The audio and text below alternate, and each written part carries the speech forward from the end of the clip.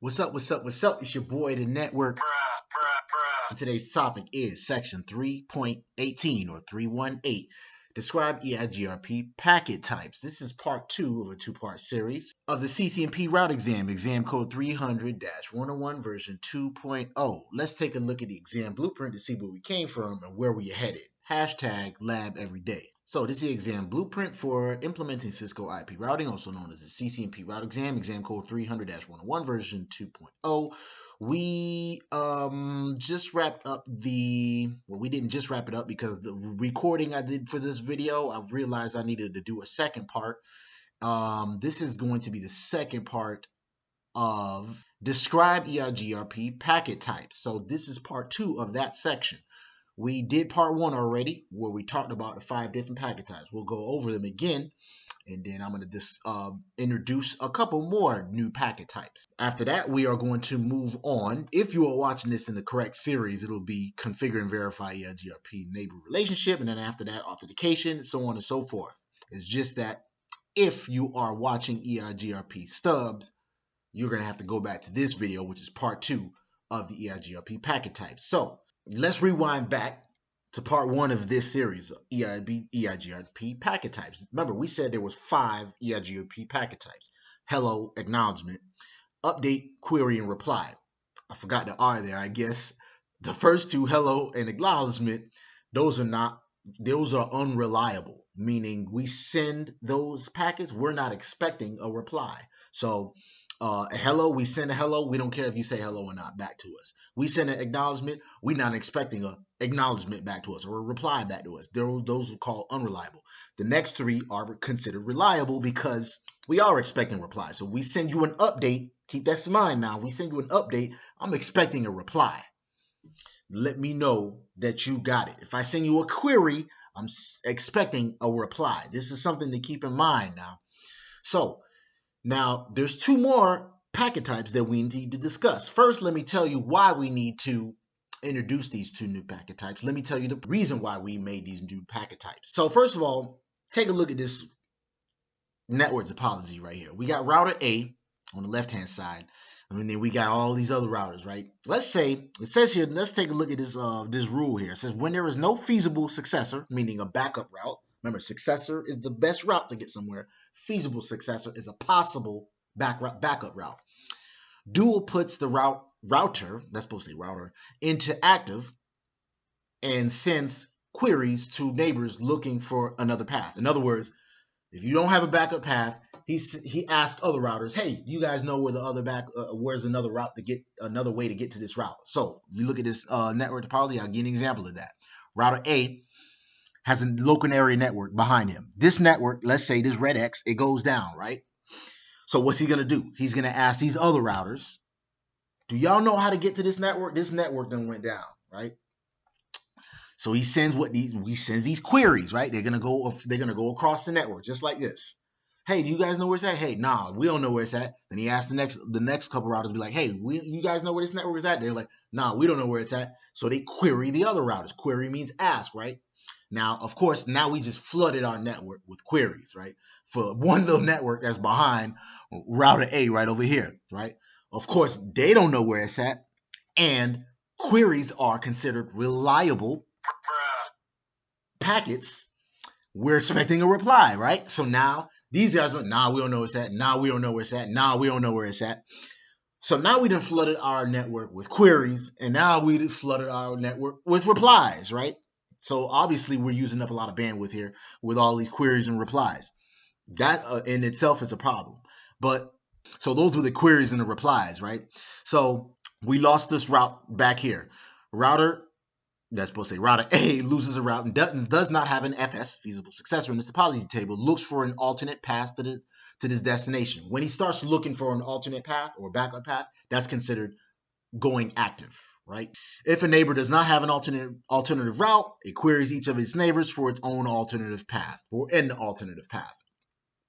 And that's what we just did. The queries then propagate through the network, thus creating an expanding tree of queries. This is a redundant slide, right? Let's say, for example, Now, let's say, for example, we was inactive, right? Let's say, for example, we sent queries through these networks, right? But let's say this one went down as we were querying, right?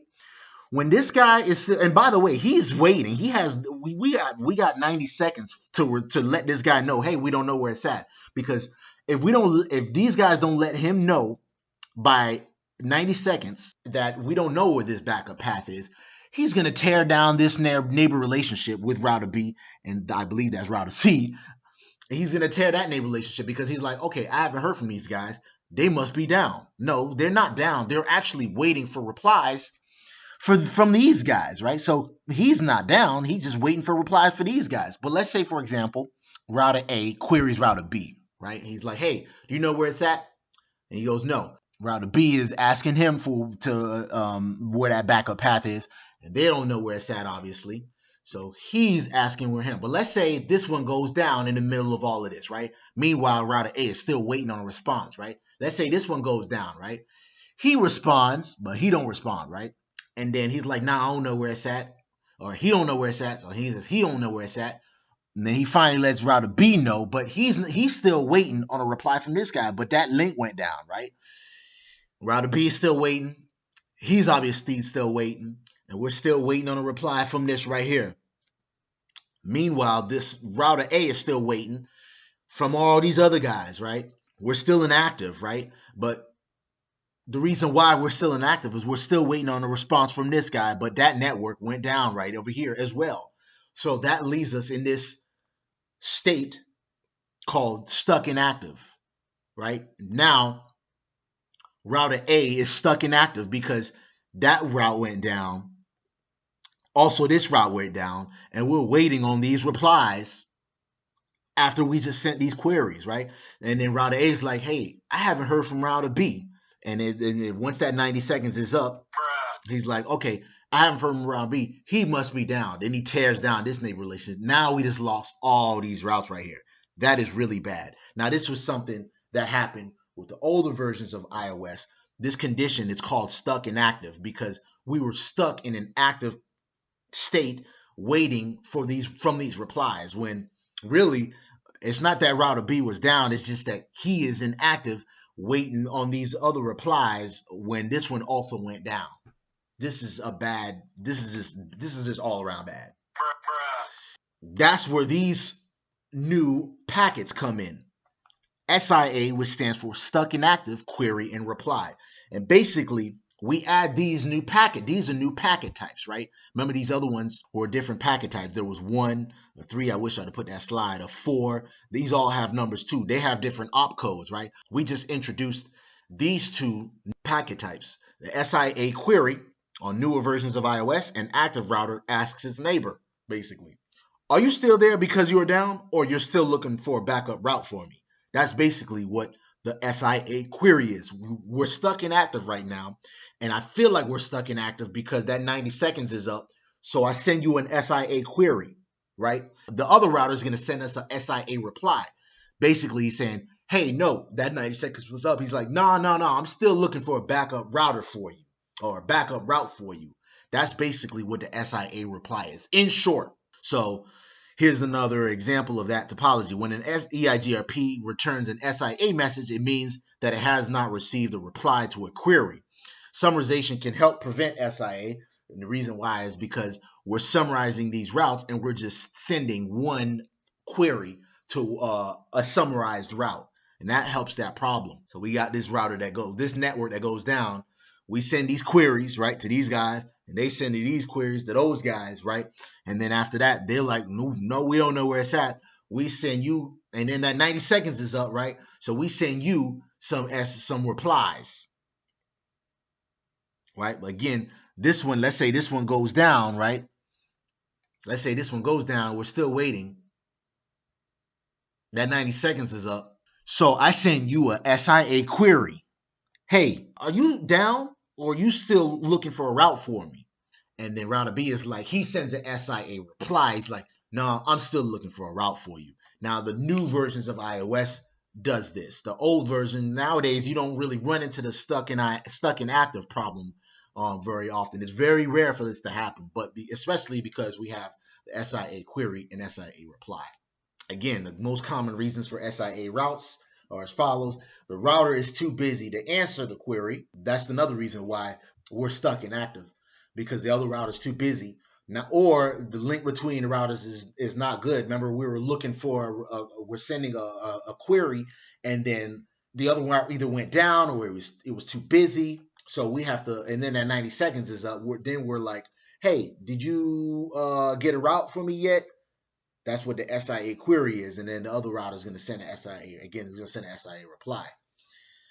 Another reason why that might happen is because a failure causes traffic on a link to flow in one direction. So we're sending queries, we're not getting replies. That's called a unidirectional link. A way we can optimize EIGRP, again, is reducing queries. We can do EIGRP summarization. Remember, summarization is like an average IP address of a whole bunch of networks. So we got a whole bunch of networks, but we just create one route to get there. That's what summarization is. Or we could do EIGRP stub routing, which is another video we're going to cover in section 3.20, configure and verify EIGRP stubs. That's the reason why we had to create a part 2 for this series. And we're not going to do any hands-on today. I just wanted to discuss the theory of the stuck-in-active phenomenon. This is something that obviously we don't want to happen. It's usually it's something that occurred with the older versions of iOS, which I believe is iOS versions 12 and under. Once they created iOS version 15 and up, this problem was resolved because it introduced the SIA query and SIA reply packet type. So this kind of helped that problem. Here go my contact information. This is my YouTube page. This is my Twitter handle. If you like this video, please comment, like, subscribe to the network.